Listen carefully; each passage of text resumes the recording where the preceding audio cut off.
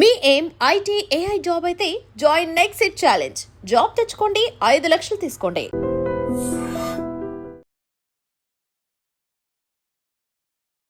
రామచంద్ర మనందరికీ బాగా తెలుసు. ఆయన రీల్స్ చూస్తూ ఉన్నాం. ఆయనకి సడన్గా ఏమైందంటే బ్రెయిన్లో క్లాట్ అయ్యి మొత్తం పెరాలసిస్ లెఫ్ట్ సైడ్ వచ్చిందనమాట. కాలు మొత్తం ఆయన ఒక్కసారిగా కుప్పకూలేరు. సో మంచు మనోజ్ గారు రెస్పాండ్ అయ్యి రావడం, జస్ట్ ఆయన ఒక మాట చెప్పడం, మాట సాయమే మీకు కొంత భరోసా ఇచ్చి ఉంటుంది. ఏదన్నా నాకు ఫోన్ చేయ బ్రదర్, బీ స్ట్రాంగ్, సెట్ అయిపోతావు, మన ఇద్దరం కలిసి మళ్ళీ యాక్ట్ చేయాలి, మీకు తోడుగా ఉంటాను, కావాల్సిన హెల్ప్ చేస్తాను మాట ఇచ్చారు. అది చాలా బలాన్ని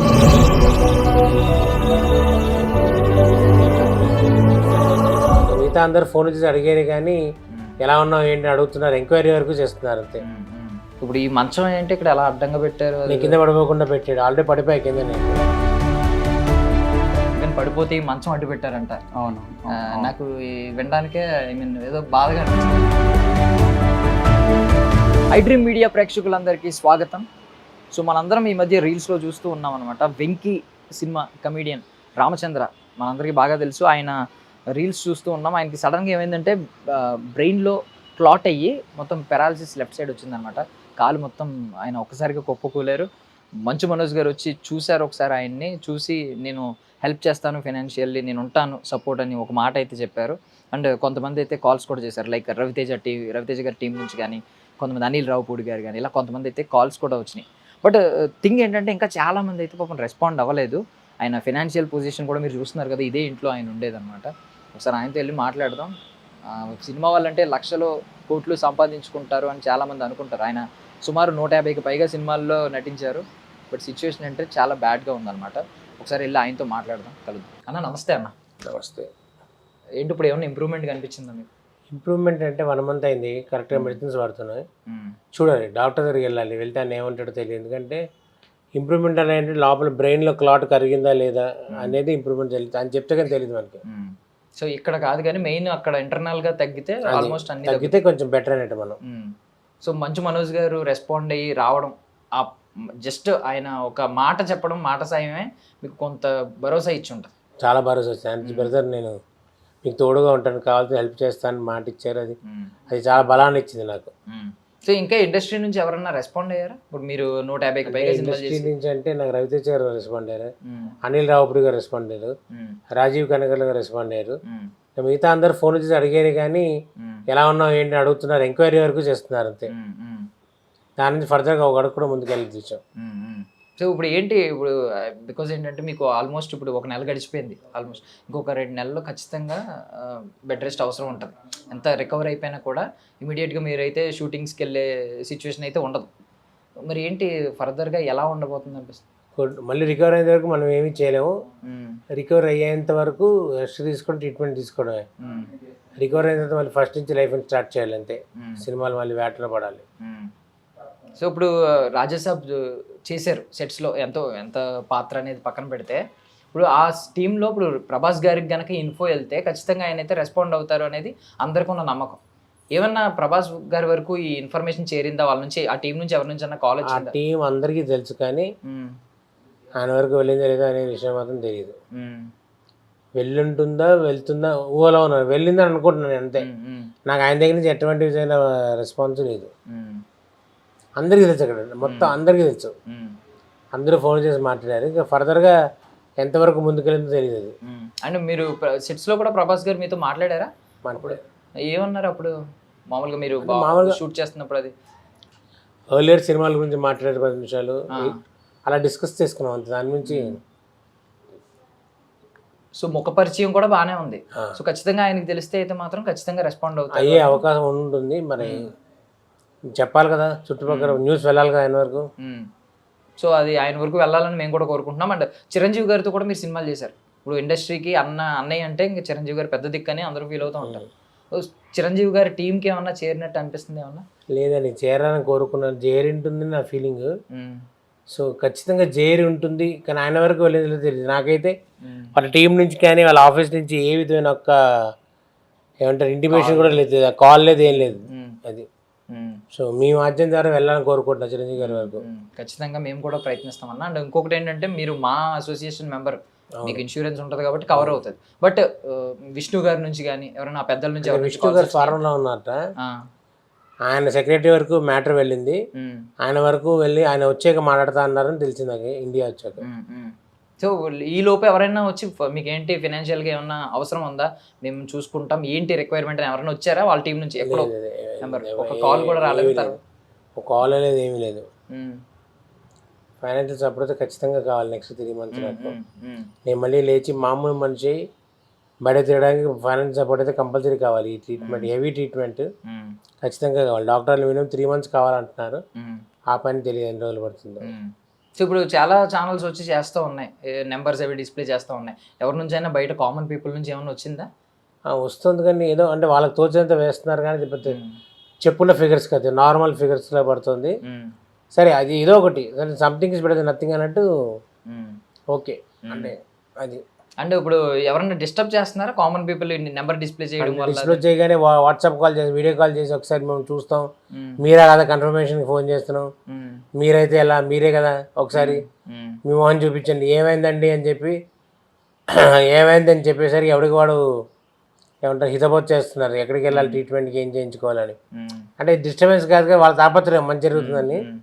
కొన్నిసార్లు అది కొంచెం ఇరిటేషన్గా అనిపిస్తుంది ఒక లెవెల్ తర్వాత. అంటే వాళ్ళ దృష్టిలో వాళ్ళు ఒకటే కాల్ చేస్తున్నారు కానీ ఎన్ని కాల్స్ వస్తాయో మీ పొజిషన్, మీరు మాట్లాడే పొజిషన్లో కూడా మనం వాళ్ళు విసుకునే పొజిషన్లో లేవు.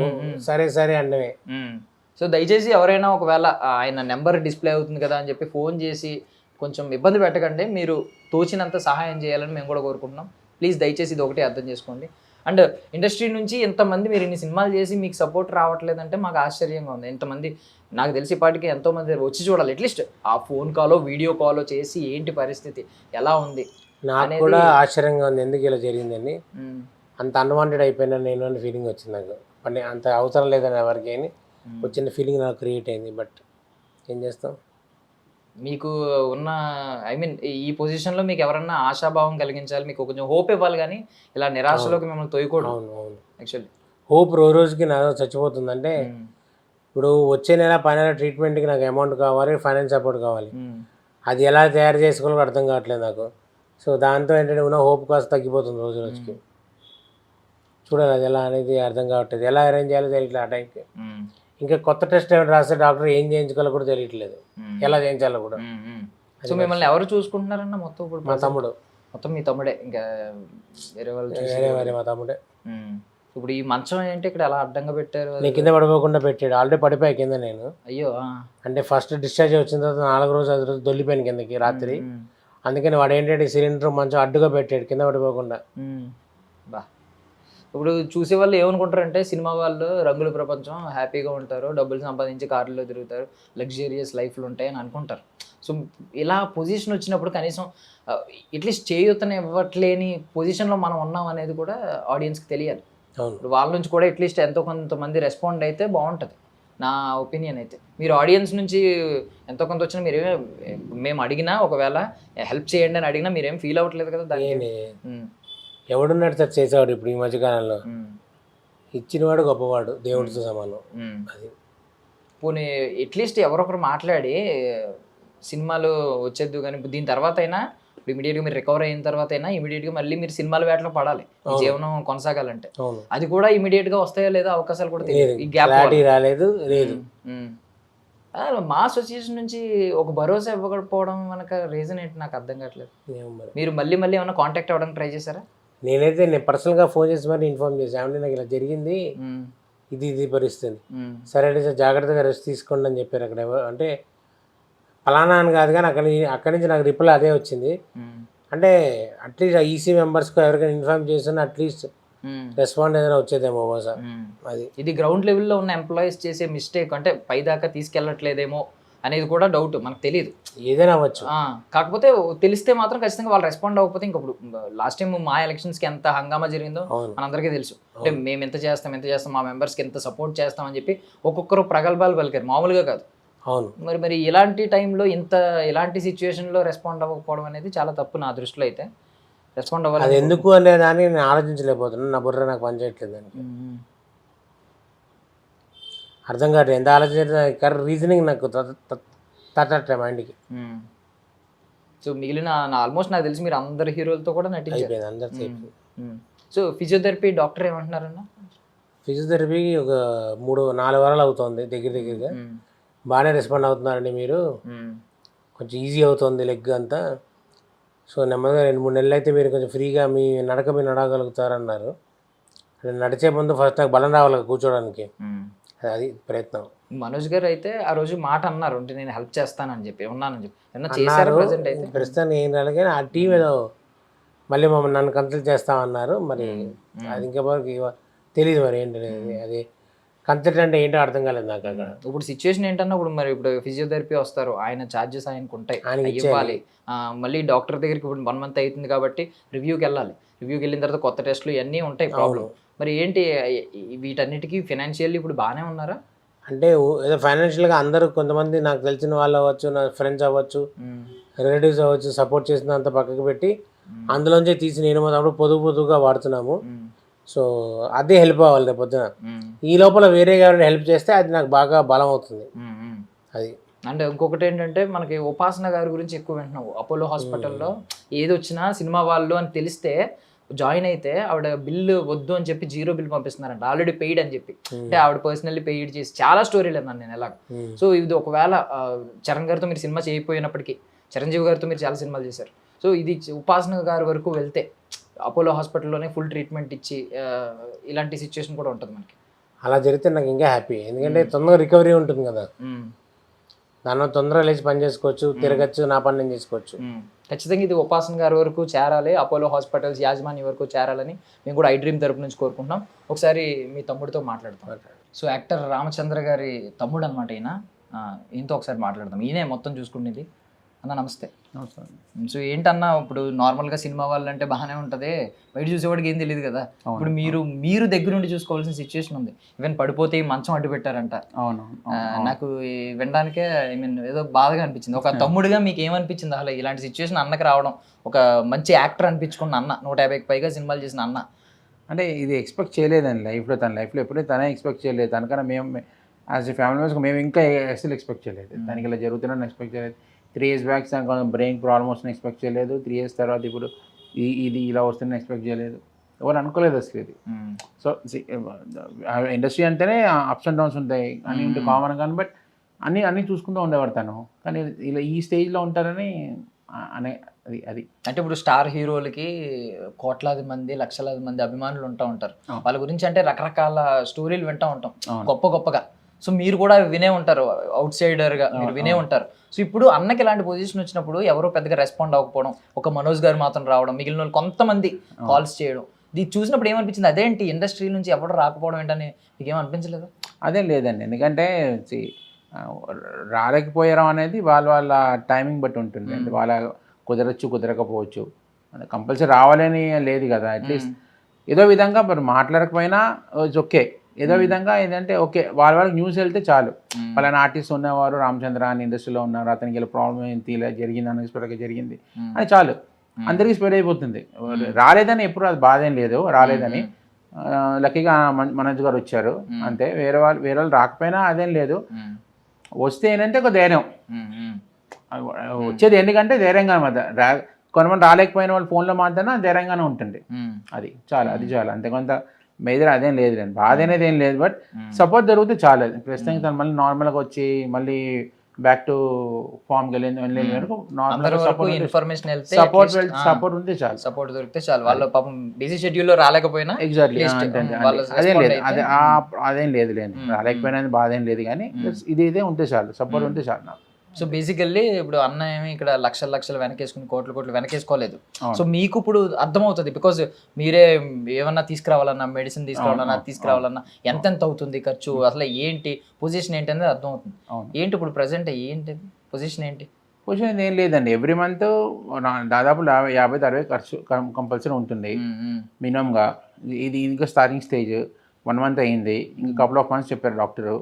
కపుల్ ఆఫ్ మంత్స్ అయితే ట్రీట్మెంట్ మంచిగా అవుతుంది అంటే కాస్ట్ తగ్గుతుంది, లేదంటే మళ్ళీ కాస్ట్ పెరుగుతుంది. సో ఫైనల్గా నార్మల్గా తిరిగేంత వరకు, వచ్చేంత వరకు ఎన్ని మంత్స్ పడుతుందో తెలియదు, ఎంత కాస్ట్ అవుతుందో తెలియదు, మొత్తం ఒక క్వశ్చన్ మార్క్ అనమాట.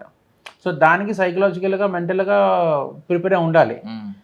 ప్రిపేర్ ఉండాలని దాని వెనకాల ఆర్థికంగా సహాయం ఉండాలి, డబ్బు ఉండాలి. డబ్బు ఉంటేనే మూమెంట్ అవ్వచ్చు. అవును. అది ఇంపార్టెంట్. ఇప్పుడు అది కావాలన్నమాట. ఇప్పుడు ఇది ఇంత అవుతానని మన ఒక ఐడియా ఉంటే వెళ్ళిపోతారు, ఎవరైనా డీల్ చేసుకుంటారు. ఇప్పుడు అలా కాదు కదా, ఎప్పుడు ఎలా అవుతున్న పొజిషన్ తెలియదు. బికాస్ తనకి చేతి ఖాళీ కంటే బ్రెయిన్ దగ్గర ఉంది క్లాట్. సో అది తెలియదు మనకి, సిచ్యువేషన్ తెలియదు కదా, హెల్త్ పాయింట్. అది ఆ కన్ఫ్యూజన్ ఉండకూడదు మాకు. అనగా సాయం అనమాట ఏదైనా ఉంటే కనుక, సో దట్ ఏదైనా ఎమర్జెన్సీ ఉన్నా కూడా కొంచెం ఇమీడియట్గా రెస్పాండ్ అవుతుంది కదా, ఉంటుంది కదా చేతిలో అనేది. అది కావాలంటే. యాక్చువల్లీ ఆయన ఒక కామెడీ ఆర్టిస్ట్, ఎంతో మందిని నవ్వించారు. బట్ థింగ్ ఏంటంటే ఇప్పుడు ఆయనకి బ్రెయిన్లో సమస్య కాబట్టి మాక్సిమం ఆయన నవ్వుతూ ఉండేలా చూసుకోవడం మంచిది. ఎగ్జాక్ట్. ఆయన స్ట్రెస్ ఫీల్ అవ్వకూడదు, ఏంటి నా పొజిషన్ అని ఆయన అసలు నిరాశలోకి వెళ్ళకూడదు. ఇప్పుడు సో మీరు దగ్గరుండి అయితే మీ అన్న కాబట్టి మీకు ఉంటది ఎంతైనా రామలక్ష్మణులాగా ఎవరికి వాళ్ళకి అన్నదమ్ములు అంటే ఆ ప్రేమ ఉంటుంది, మీరు దగ్గరుండి చూసుకుంటున్నారు. కానీ మీరు మీ పనులన్నీ వదులుకుని కూడా ఉండాల్సి వస్తుంది ఇక్కడ. అదే సిచ్యువేషన్ అలా ఉంది కదా సార్, ఇప్పుడు సిచ్యువేషన్ అలాగే ఉంది. ఎందుకంటే ఇప్పుడు తను ఒక్కనే వదిలి వెళ్ళిపోవాలంటే సిచ్యువేషన్ లేదు నాకు. ఎందుకంటే ఇప్పుడు తను ఇప్పుడు నార్మల్గా లేచి తిరుగుతున్నారు మనిషి, హెల్త్ బాగాలేదు అనుకుంటే వేరు. బెడ్ పైన లేవలేని పొజిషన్లో ఉన్నప్పుడు ఏదైనా కావాలన్నా ఎవరు ఉంటారు వెంటనే, అది కుదరదు. సో అది యాక్సెప్ట్ లేదు. అందుకే నేనే చూసుకుంటున్నా, నేనే చేస్తున్నాను. సరే ఎవరైనా అడిగారు అనుకోని, ఎవరైనా వచ్చి హెల్ప్ చేస్తారేమో, చేయలేని కాదు. కానీ వాళ్ళు మనీ కూడా సాయం కూడా అడుగుతున్నారు, వాళ్ళకి హెల్ప్ చేయాలంటే. ఇప్పుడు ఎవరైనా పెట్టినా టేక్ కేర్ పెట్టినా వాళ్ళు మనీ పే చేయాలి. మేమే మనీ రిక్వెస్ట్ చేస్తున్నప్పుడు వాళ్ళకి పే చేసే సిచ్యువేషన్ లేదు, అది కాదు. అందుకనే మేము పెట్టుకోలేదు ఆలోచన. అది నీకు సొంతంగా ఏదైనా ఎంతైతే అంతే మనమే చేసుకుందాం, మనమే పనిని మనమే లేవాల్సి మనమే లేవాలి కదా అని, అంతే. అన్న బాగానే ఉన్నారు, స్ట్రాంగ్ గానే ఉంటున్నారు, నవ్వుతూ బాగానే మీరు అలాగే చూసుకుంటున్నారా? ఉంటున్నారు పాపం, బలవంతంగా ఉంటున్నారు, అది అర్థమవుతున్నారు. బయటకు ఉంటున్నారు అలాగే, లోపల ఉంటుంది పెయిన్ అయితే ఉంటుంది కదండి, పెయిన్ అది. కానీ తనేమి ఫ్రీగా లేరు, కానీ అదే అనిపిస్తున్నారు అంతే. ఒకటి ఇప్పుడు చేసే వాళ్ళకి నాకు ఆధారపడకూడదు అనుకుంటే తను ధైర్యంగా ఉండాలి. కరెక్ట్. సో ఆ రకంగా నన్ను కొంచెం మోటివేట్ చేస్తున్నారు. నేను ఆధారపడిపోతే ఆబ్వియస్లీ ఇంక పని జరగదు, రెగ్యులర్ ప్రాసెస్ ఇంట్లో జరగదు, ఏమీ జరగదు. అది అంతే. So being an out cider మీకు ఇప్పుడు ఇండస్ట్రీ గురించి అంత గొప్పగా విన్నారు కాబట్టి ఇప్పుడు వచ్చి సహాయం చేస్తే మీకు కూడా నమ్మకం ఉంటుంది, సపోర్ట్ ఉంటుంది. సపోర్ట్ నమ్మకం అంటే నమ్మకం అంటే తెలుసు కదా, అప్పుడు ఎవరైనా కష్టాలు ఉన్నప్పుడు ఇండస్ట్రీ ముందుకు వచ్చి సహాయం చేస్తున్న నేను చూస్తూ ఉంటాను, విన్నది తెలుసు అనమాట. కానీ ఇదే సహాయం అని మా ఇంటి వరకు వస్తేనే నేను ఎక్స్పెక్ట్ చేయలేదు. సో వచ్చినప్పుడు ఏంటంటే కొంచెం ఎక్స్పెక్టేషన్ ఉంటుంది, ఏదైనా అలాగే వస్తారేమో, చేస్తే మాకు కలిసి వస్తాం కదా అని, అంతే. వేరేది లేదు, అంతే. వేరే ఆలోచన లేదనమాట. అంటే ఫోర్స్ చేయకూడదు ఎవరిని. ఎవరైనా ఇష్టంగా కష్టంగా వస్తే అది సెట్ కాదు, అది నా పాయింట్. బట్ ఎనీవే మేము మా తరపు నుంచి కూడా మేము ప్రయత్నిస్తామన్నా, ఖచ్చితంగా మేము విష్ చేస్తున్నాం. ఖచ్చితంగా ఇది ఈ వీడియో మేమనే కాదు, ఏ ఛానల్ వచ్చి చేసినా కూడా ఆ వీడియో ఖచ్చితంగా ప్రతి ఒక్కరికి రీచ్ అవ్వాలి. ఆయన ఎవరెవరితో సినిమాలు చేశారో అందరూ రీచ్ అయ్యి ఇండస్ట్రీ నుంచి ప్రతి ఒక్కరు రెస్పాండ్ అయ్యి, లైక్ ఉపాసన గారి గురించి ఎన్నో కథలు విన్నాం కదా, చరణ్ గారు, ఉపాసన గారు తెలియకుండా ఎన్నో చేస్తారని చెప్పి అపోలోలో చాలా మంది చెప్పారు. తర్వాత అంటే జాయిన్ అయిన తర్వాత లక్షల బిల్ అవుతుంది అనుకున్నప్పుడు బిల్ ఆల్రెడీ పెయిడ్ అని వచ్చేదంట రిసిప్ట్ వాళ్ళ దగ్గరికి. సో ఇలాంటి కథలు విన్నాం. ఆ కథలో మన విషయంలో నిజం అవ్వాలి, ఎవరో ఒకరు రెస్పాండ్ అవ్వాలని మేము కూడా కోరుకుంటున్నాం అన్న. థ్యాంక్స్ అండి, thank you very much. Thank you అన్న. Thank you.